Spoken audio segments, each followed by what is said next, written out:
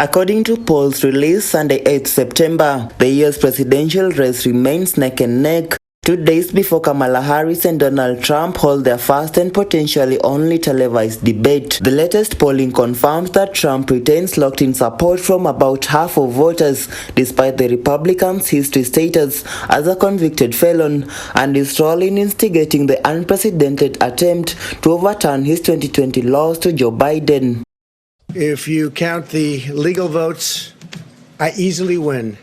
If you count the illegal votes, they can try to steal the election from us. We called to say Michelle and I couldn't be prouder to endorse you and to do everything we can to get you through this election and into the Oval Office. Oh my goodness. Harris, who only jumped into the race after President Biden quit in July, has rapidly transformed herself from a little-noticed vice president into a serious contender.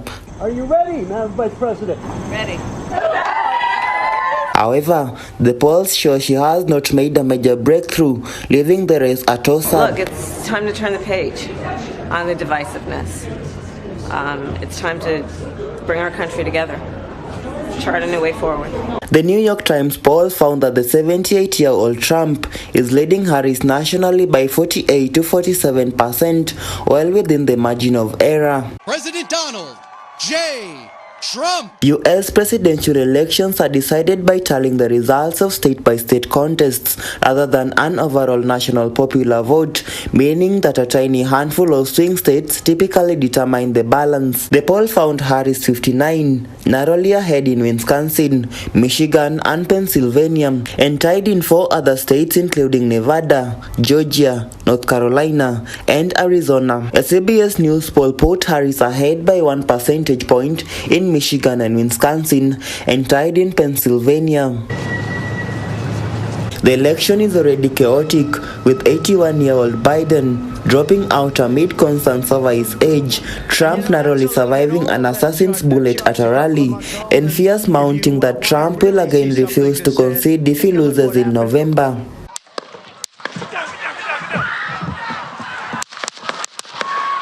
However, the latest numbers confirm that each candidate retains a remarkably stable base of loyalists, almost evenly splitting the country. One game changer could be Tuesday's ABC News debate, the only one scheduled between the two. Trump will be under pressure to rein in his characteristic use of insults and intimidation as he stands next to a mixed-race candidate vying to become the first female president in U.S. history. We're run by stupid people, and we found that out at the debate with Joe. How did that work out? And we're going to find it out again on Tuesday night. With Trump now the oldest presidential nominee in U.S. history, she is pitching an optimistic, forward-looking message in contrast to Trump's apocalyptic claims that the country faces terminal decline without him in the State House. On his Truth Social platform, he warned that once back in the State House, he would impose long prison sentences on those who he said were planning cheating in November. Harris will need to use the huge viewership to connect with Americans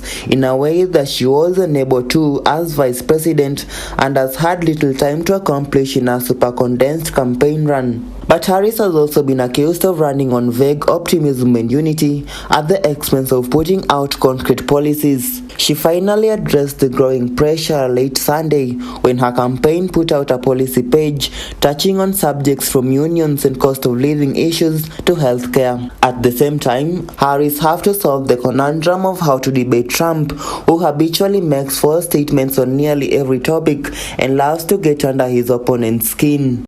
And whether the personal attacks are good, bad, I mean, she certainly attacks me personally. She actually called me weird. He's weird. Biden, in his only debate against Trump before dropping his candidacy, found himself entirely unable to cope. I'll keep defending our personal freedoms and our civil rights, from the right to vote to the right to choose. I'll keep calling out hate and extremism. Make it clear there is no place in America for political violence or any violence ever, period. Already, Trump has been subjecting Harris in his speeches to racist and sexist taunts, deliberately mispronouncing her name and calling her crazy and a Marxist. And she's weird in her policy. So I don't think so. I don't think people know who she is yet.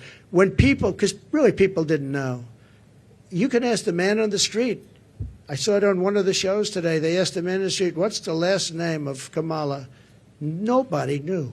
The Harris campaign announced it would ban storm battleground states after the debate, beginning in North Carolina, then Pennsylvania.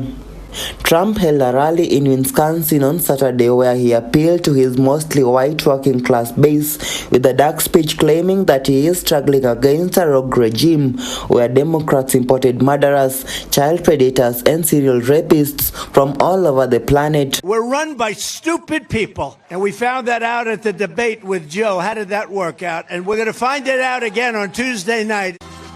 Brian Gad, Maisha Television.